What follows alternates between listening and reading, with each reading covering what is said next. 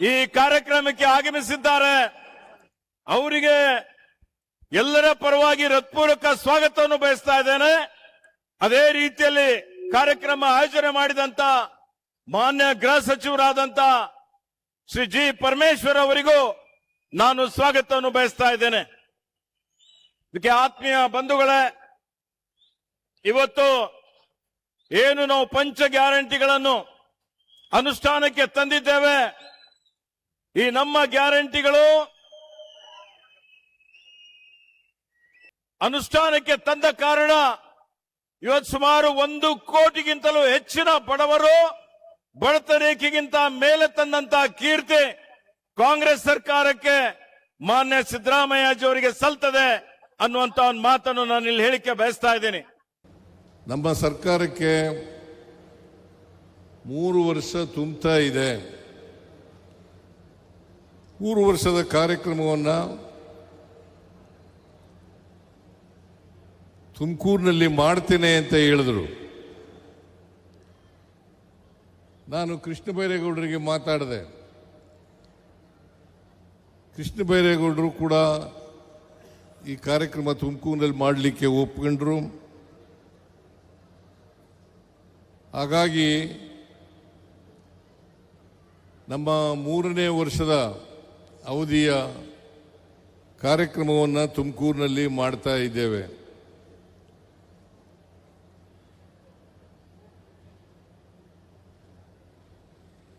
ಇವತ್ತು ತುಮಕೂರಿನಲ್ಲಿ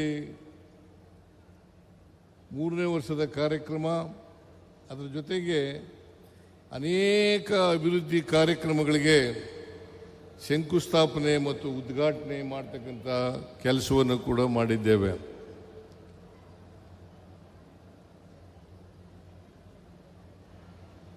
ಇವತ್ತು ತುಮಕೂರಿನಲ್ಲಿ ಒಂದು ವಸ್ತು ಪ್ರದರ್ಶನ ಕೂಡ ಏರ್ಪಾಡಾಗಿತ್ತು.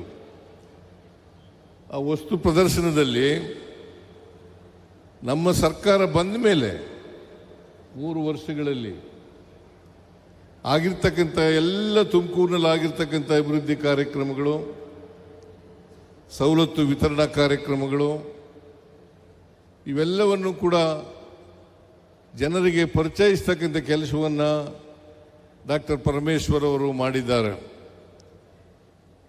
ಇದರಿಂದ ನಾವು ಅಧಿಕಾರಕ್ಕೆ ಬಂದ 3 ವರ್ಷದಲ್ಲಿ ಏನೇನು ಮಾಡಿದ್ದೇವೆ ಅಂತಕ್ಕಂಥದ್ದು ಜನರಿಗೆ ತಿಳುವಳಿಕೆಯನ್ನು ಕೊಡ್ತಕ್ಕಂಥ ಪ್ರಯತ್ನವನ್ನು ಕೂಡ ನಡೆಸಿದೆ. ಅದಕ್ಕೋಸ್ಕರ ಮತ್ತೊಮ್ಮೆ ಡಾಕ್ಟರ್ ಜಿ ಪರಮೇಶ್ವರ್ ಅವರಿಗೆ ಮತ್ತು ಅವರ ಎಲ್ಲ ಜಿಲ್ಲೆಯ ಎಲ್ಲ ಅಧಿಕಾರಿ ವರ್ಗದವರಿಗೆ ಧನ್ಯವಾದಗಳನ್ನು ಹೇಳಲಿಕ್ಕೆ ಬಯಸ್ತಾ ಇದ್ದೇನೆ.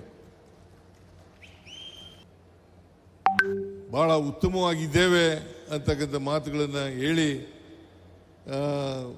ಬಿಜೆಪಿಯವರು ಏನು ಪ್ರಚಾರ ಮಾಡ್ತಾ ಇದ್ದಾರೆ, ಅಪಪ್ರಚಾರ ಮಾಡ್ತಾ ಇದ್ದಾರೆ ನಮ್ಮ ಮೇಲೆ, ಆ ಅಪಪ್ರಚಾರಗಳಿಗೆಲ್ಲ ಕೂಡ ಸುಳ್ಳು ರಾಜಕೀಯಕ್ಕೋಸ್ಕರ ಮಾಡ್ತಾ ಇದ್ದಾರೆ ಅಂತಕ್ಕಂಥ ಮಾತುಗಳನ್ನು ಹೇಳಲಿಕ್ಕೆ ಬಯಸ್ತಾ ಇದ್ದೇನೆ. ಈ ವೇದಿಕೆ ಮುಖಾಂತರ ಕಳೆದ 3 ವರ್ಷದಲ್ಲಿ ನಾವು ಮಾಡಿರುವ ಕೆಲಸ 1,52,000 ಕುಟುಂಬಗಳಿಗೆ ನಾನಾ ಯೋಜನೆಗಳನ್ನ ಈ ವೇದಿಕೆ ಮುಖಾಂತರ ಜನಗಳಿಗೆ ನಾವು ಸಮರ್ಪಣೆಯನ್ನ ಮಾಡ್ತಾ ಇದ್ದೇವೆ. ಉದಾಹರಣೆಗೆ ಹೇಳೋದಾದ್ರೆ, ಕರ್ನಾಟಕದಲ್ಲಿ ಹಿಂದಿನಿಂದ ಮೈಸೂರು ಮಹಾರಾಜರ ಕಾಲದಿಂದ ಅನೇಕ ಜನಗಳಿಗೆ ಸರ್ಕಾರಿ ಜಮೀನುಗಳು ಮಂಜೂರಾಗಿದ್ದಾವೆ. ಸುಮಾರು 6 ಲಕ್ಷಕ್ಕೂ ಹೆಚ್ಚು ರೈತ ಕುಟುಂಬಗಳಿಗೆ ಮಂಜೂರಾಗಿರ್ತಕ್ಕಂಥ ಸರ್ಕಾರಿ ಭೂಮಿಗೆ ಇಲ್ಲಿಯವರೆಗೂ ಸರಿಯಾಗಿ ದಾಖಲೆಗಳು ಆಗಿಲ್ಲ. 10 ಬಾರಿ ಅವರು ಅರ್ಜಿ ಕೊಟ್ಟಿದ್ದಾರೆ, ಅರ್ಜಿ ಕೊಟ್ಟರೂ ಕೂಡ ಕೆಲಸ ಆಗಿಲ್ಲ. ಆ ಹಿಂದಿನ ಸರ್ಕಾರ ಪೋಡಿ ದುರಸ್ತು ಮಾಡಿಕೊಟ್ಟಿದ್ದು 8,500 ಕುಟುಂಬಗಳಿಗೆ, 8,500 ಕುಟುಂಬಕ್ಕೆ. ನಾವು ಈಗ ಮುಖ್ಯಮಂತ್ರಿಗಳು ಉಪಮುಖ್ಯಮಂತ್ರಿಗಳ ಸೂಚನೆ ಮೇಲೆ ಯಾರು ಅರ್ಜಿ ತಗೊಳ್ಬಾರ್ದು, ನೀವು ಅರ್ಜಿಗೆ ಕಾಯಬಾರ್ದು, ಜನ ನಿಮ್ ಕಚೇರಿಗೆ ಬರಬಾರ್ದು, ನೀವೇ ಹಳ್ಳಿಗಳಿಗೆ ಹೋಗಿ ರೈತರ ಕಡತ ತಯಾರು ಮಾಡಿ ನೀವೇ ಅವರಿಗೆ ಪೋಡಿ ದುರಸ್ತು ಮಾಡಿಕೊಡ್ಬೇಕು ಅಂತ ಮುಖ್ಯಮಂತ್ರಿಗಳು ಭೂ ಗ್ಯಾರಂಟಿಯನ್ನ ನಮಗೆ ಸೂಚನೆಯನ್ನ ಕೊಟ್ರು. ವಿಶೇಷವಾಗಿ ಕಂದಾಯ ಗ್ರಾಮಗಳ ಹಕ್ಕು ಪತ್ರಗಳು ವಿತರಣೆ ನಡೀತಾ ಇದೆ. ಈ ಸಂದರ್ಭದಲ್ಲಿ ತುಮಕೂರು ಜಿಲ್ಲೆ 21,529 ಜನರ ಹಕ್ಕುಪತ್ರಗಳನ್ನು ಅಪ್ಲೋಡ್ ಮಾಡಿದೆ. ಇದು Guinness world book of records ನಲ್ಲಿ ನೋಂದಾಯಿತವಾಗಿದೆ. ಇದು ಅತ್ಯಂತ ಮಹತ್ವದಾಗಿರ್ತಕ್ಕಂಥ ವಿಷಯ.